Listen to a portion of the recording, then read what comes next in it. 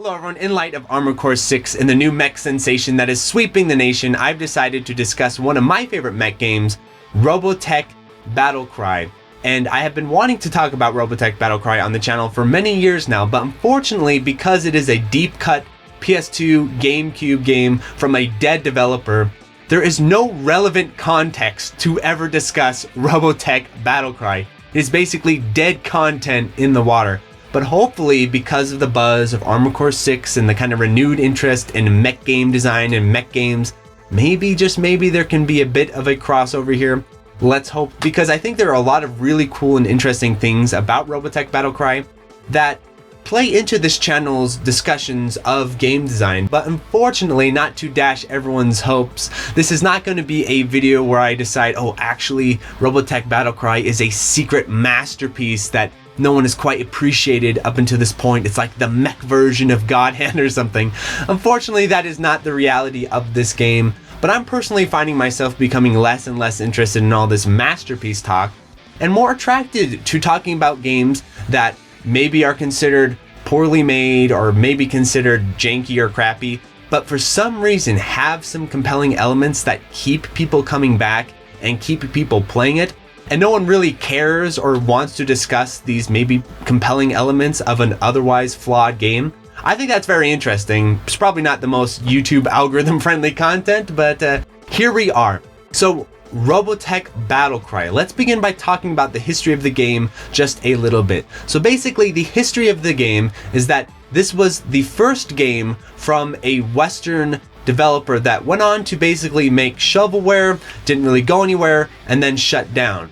It's not that interesting of a story, but what is important and what is interesting about Robotech Battlecry and what ties into the theme of today's review and the whole it's better than it should be is I think the fact that this game is the developer's first game is really, really important. I think the fact that this was the developer's first try at making a game actually was a huge benefit to the game in some ways and a big drawback to the game in other ways.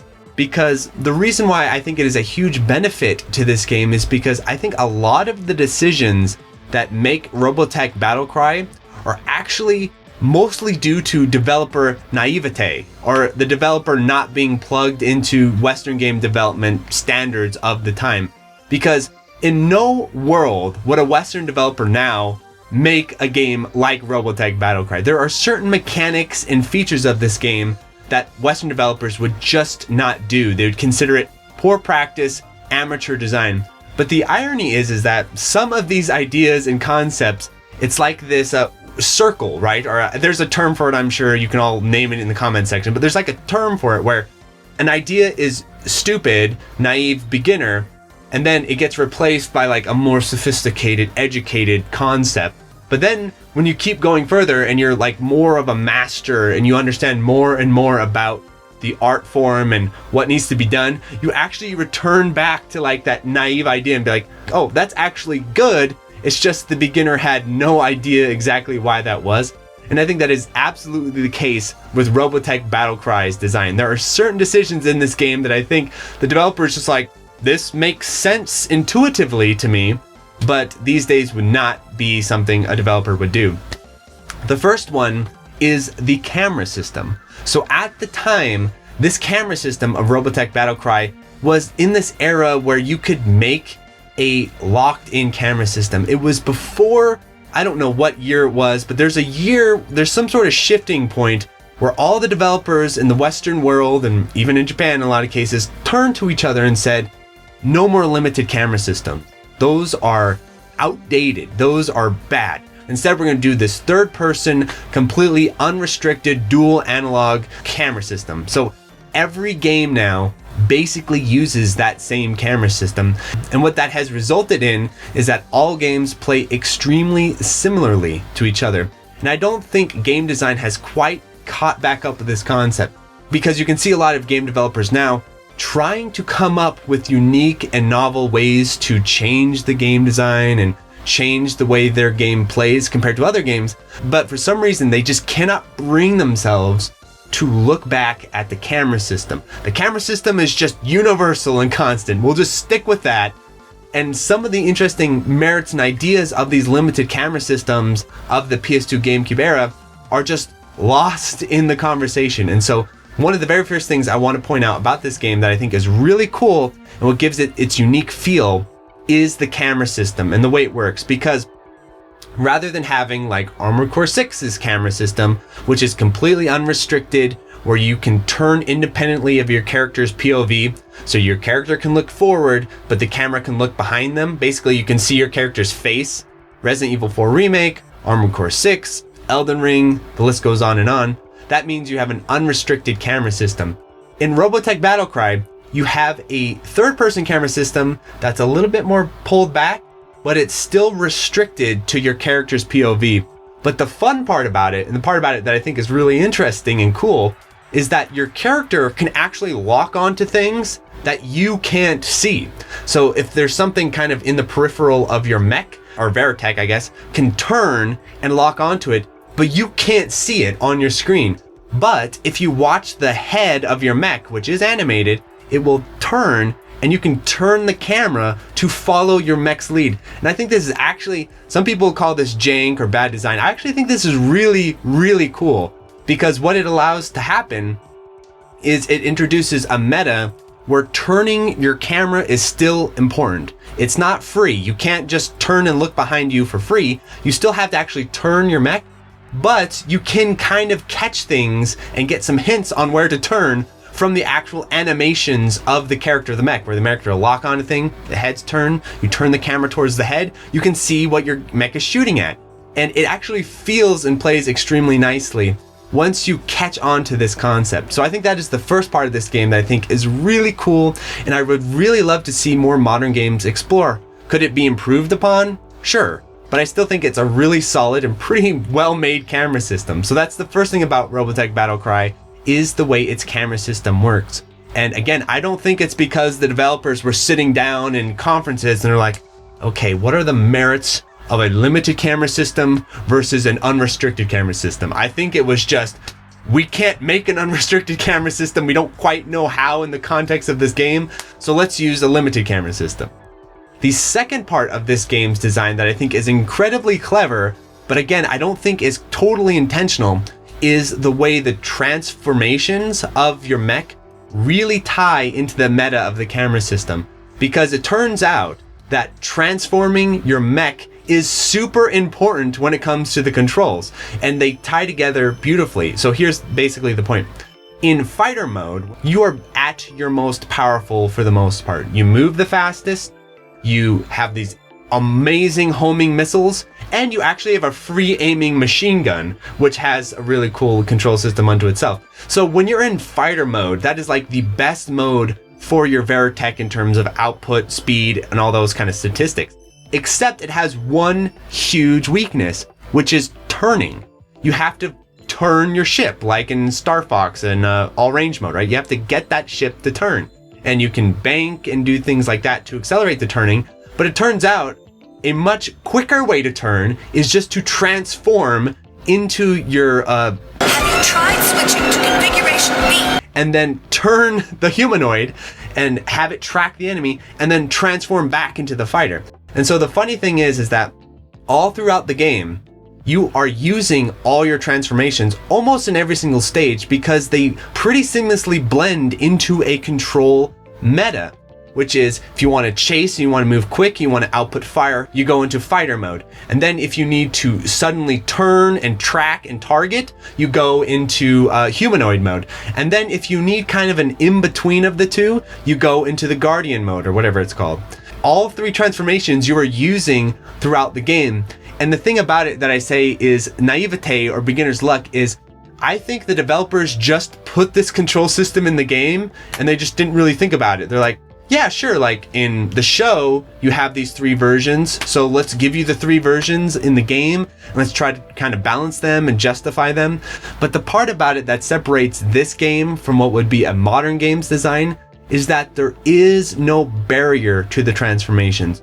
Every other game, look at Armored Core 6, would restrict this transformation process in some manner or another. It would say, okay, you can't just become a fighter plane without meter, or without having this booster bar grow, right? Like in Armored Core 6, you can't just go into flying boost mode. You have to have boost meter, and then you run out of boost meter. Then you land, then you got to recharge it. You don't have free, unrestricted movement in the air. There's always a meter telling you what to do.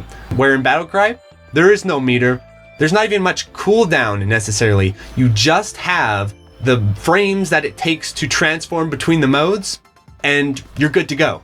And so it actually reminds me a bit of style switching in Devil May Cry, and actually kind of plays that way too, because you do the controls on the D-pad.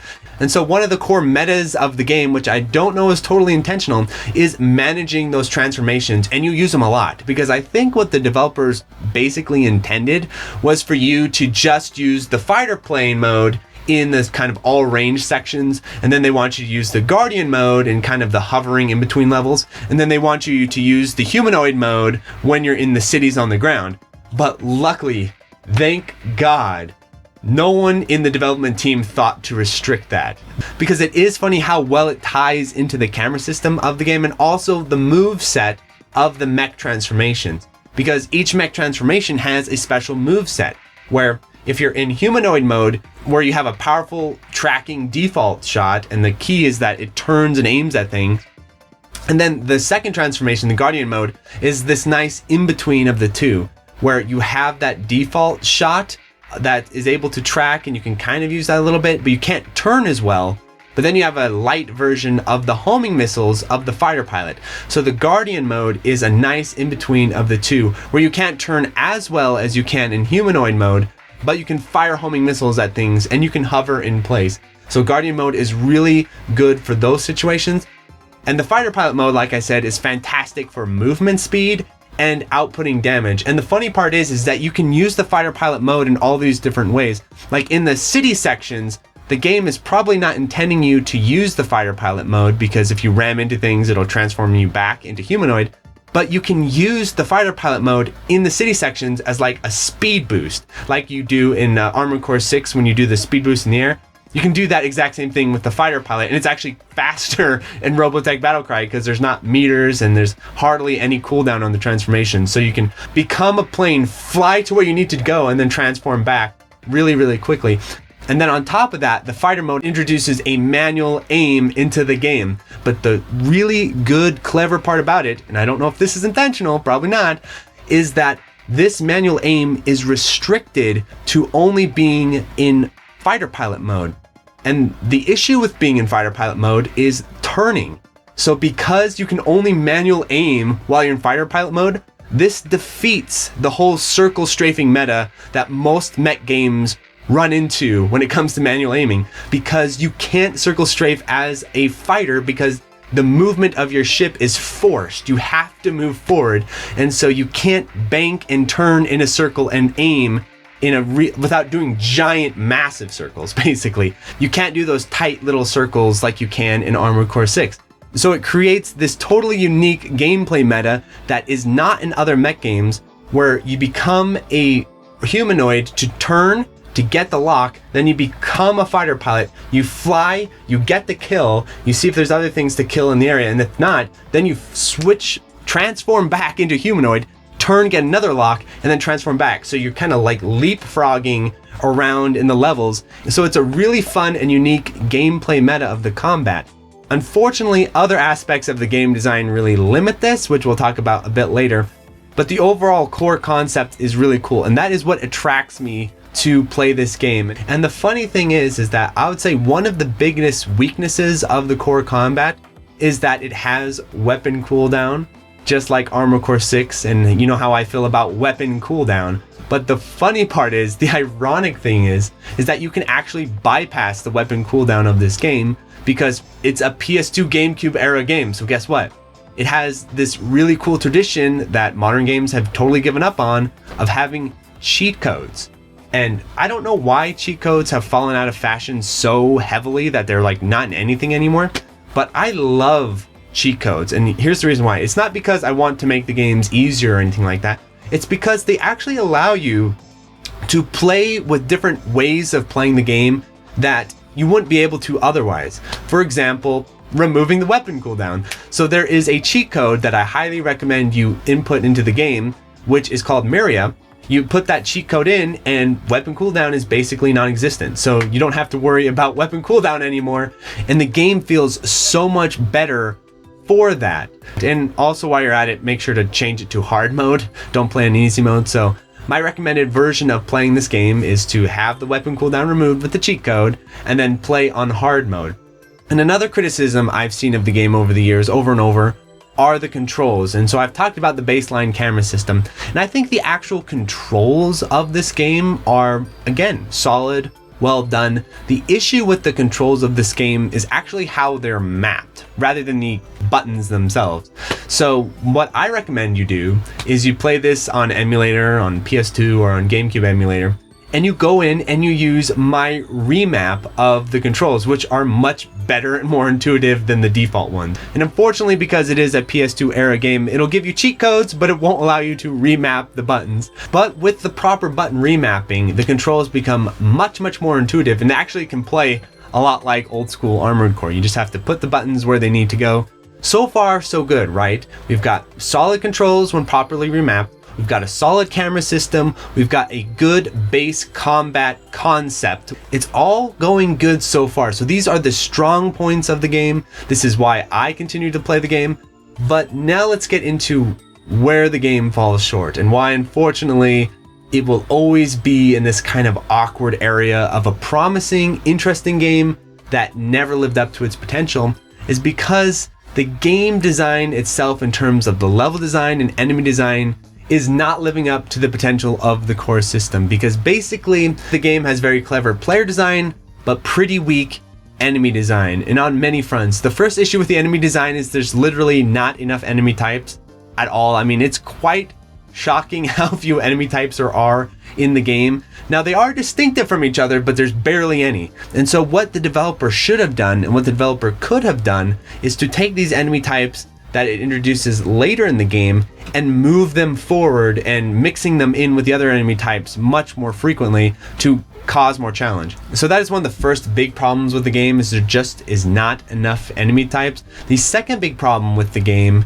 is that the difficulty is too low. And this is why I'm thinking that as much credit as I'm giving to their core combat design, you can tell that the developers don't understand it because they don't scale the difficulty of the game to match the potential of what you can do as a player. Basically, once you figure out the combat meta and the style switching meta of this game, you are just going to run over the majority of the game pretty easily. There are still some missions that are going to give you some trouble and stuff. Like the CAT scan level is going to be the bane for a lot of people, because when you're playing on hard mode, that damn CAT scan plane takes so much damage so quickly, so that you actually have to like aggressively speed kill a lot of the enemies in the stage to survive that level. So that's an example of where the higher difficulty mode does make a big difference. But then there's a lot of levels like the dogfighting levels and a lot of the just on land ground levels where the boost in damage output, I mean, is a little bit of an extra threat, but it could be a lot more interesting. And so what I wish they would have done is had an even higher difficulty mode, like very hard mode, and then added enemies, not just making them do more damage, but actually added a significant amount of enemies, flooded the screen with enemies, because that is what the game is really, really begging for. It just needs more enemies, more intensity. So unfortunately, that is another really big flaw with this game's design, is it is just too easy. And the sad thing is the potential is there, because some of the boss fights of the game can be actually quite tough and difficult and brutal. For example, there's this one mission called Knife Point where I was getting owned until I thought like, okay, think Armored Core 6 mode. And so I actually went ahead and circle strafed to the back of him. And that turns out to be the most effective, strong way of dealing with him, because you can get to his back. And you have to have a bit more technical boosts and stuff and sidewalking. You can't just fly completely in a circle because of the camera system and the strafing system. But you can, with the right amount of boosting and maneuvering, stay on his back. And that breaks the boss fight and you win. So I'm like, cool. I'll just do that on all the other bosses. But the funny thing is, the other bosses don't allow you to do that. They're like, no, you're not gonna walk behind me this time, sucker. The further you get in the game, that circle strafing meta won't work anymore. There's like one boss where I tried to do it and the boss actually out circle strafed me. The boss could move in a faster circle than I could, so he just blew me up. So you had to go back to more traditional style combat for the game. Couldn't get away with the circle strafes as much. So it is cool how like the game does recognize some of these techniques later on, but it just could be harder overall. And then of course there is the mission structure. And the funny thing is like the core concept of the mission structure is actually really cool. So the way the missions work in the game is sort of like these little bite-sized 5-minute missions. And the second you move, you're basically right into the level. There's like no filler, no fat, no walking sections, nothing. You're just right into the thick of it. And I think, again, this was just the developer being like, of course, you just start in the level, right? That's just what you do. And so it's really cool that they did that. The issue, though, is that you can tell the developer, it kind of runs out of content in a lot of levels and is like, how do we stretch it into 5 minutes? They're all about 5 minutes. How do we get an extra 3 minutes out of this level? I know, backtracking. So that's a real bummer, where certain levels I think should just either end at 2 minutes or they should actually add more content. But there's a lot of levels where the developer resorts to using like really lame backtracking, where all you're doing is like grabbing a guy, flying back, drop him off, grabbing a guy, flying the other way. Yeah, don't do that. Don't do that kind of stuff. That sure is a big tuna fish. But the issues with the levels is that I think there are too many of them, especially when certain ones are clearly uninspired and boring, especially the escort missions. Now, I will say that I do not buy into just, escort missions as a design concept are bad. I think escort missions can be done properly. Look at Resident Evil 4.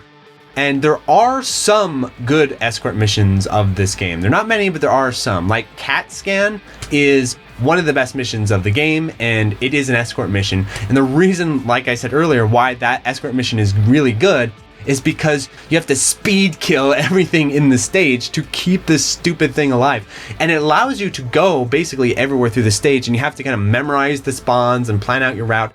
So that's actually an example of a really good escort mission. But then there's a sister mission to that where you're doing it again, but you're like in the grounded level. I think it's called Cat and Mouse.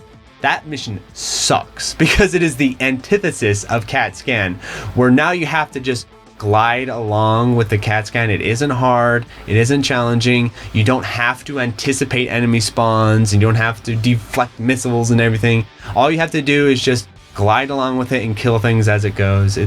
Remove that mission. That's an example of an escort mission that is terrible. Overall though, I think the main campaign of the game is pretty solid and I do enjoy going through and playing it. It's just a shame that the game doesn't have a little bit extra beyond the main campaign. I mean, you can do PvP, which could be really fun, honestly. I would love to get another player kind of interested and try out like a PvP meta of the game and see how that develops.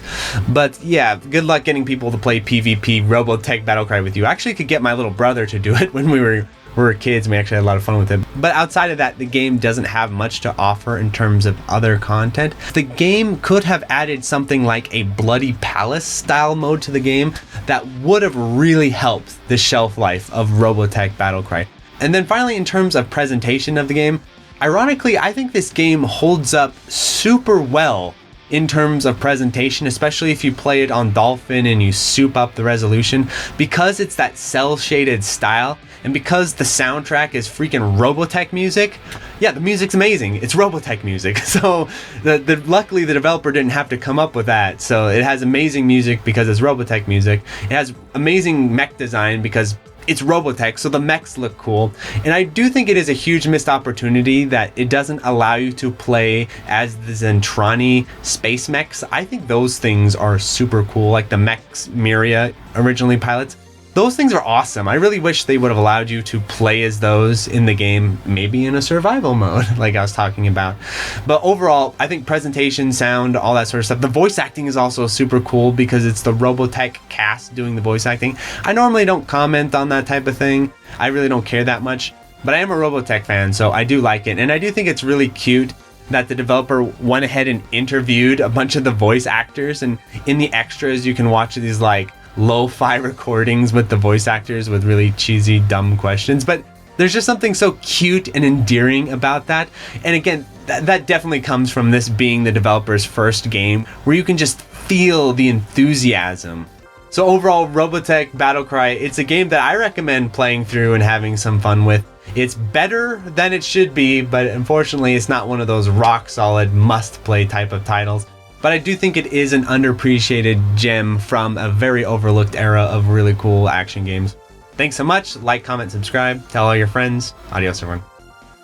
So thank you to the $5 patrons, 100, Accepting Panda, Admiral Coconut, Anhold, Alexander Pfeiffer, Anthony A, Arcade Hell, Arrow Viper, Auto Named, Beam Pit, Bo, Ben, Beto Dames, BogHog, Borgie22, Brian Shiver, Chase Palumbo, Chattel Maltese, Chris Yusufovich, Chronic Burnout 3, Claricliff, Climby Coyote, Coast, Color Boy, Cooksand666, Cook Some Soup, Corey Mark, Des Audio, Danchi, Darren Griffin, Dave Hansen, David Crespo, Delta Tango 6, Dick Jones, Dingo, Disco Star Slayer, DJ420 Praise It, Dr. Boss Key, Elias Alonso, Evan Seraphet, FCK, Fiskin, Frames Per Human, Francisco, Full Set, Game Boy Guru, GPM, Hausu, Jake Ryan, JLab, JBRPG, Jink Hans, John Kelly, George Sand, K Horse, K2, Contain, Craze the Boys, Low Casting, Mieshba, Malaise, Mars Bar, Matt O'Leary, Maz, Megadeth 859, Minung, Michael McCord, Mitchell Y, Moonro, Nathaniel Davis, Neon Dagger Games, Okalooks, Pedro Perez, Psycho Blizzard, Queen Charlene, Raul, Real Skeen, Retro Schmupper, Riff Mason, Rolf015, Scanline City, Sebastian, Seesaw FW, Shazzy, Shmup Junkie, Sirapong, Biters STG, Steady AI, Steve Fiction, Street Magic, Superfunk, SW1335, Tamzarian, Decaramucho, Taze, The Boot Rex, The Dirty Screech, The N1, The Old Bensta, Tony Latundula, Toho Rizardi, TRM, Sugumo, 2YU, Twilight EX, Unikoi Roots, Ursula, Ushi Mushi, Vic Viper, Beautiful, Wabby Legs, Yosef, Zachary Patton, and Zeal.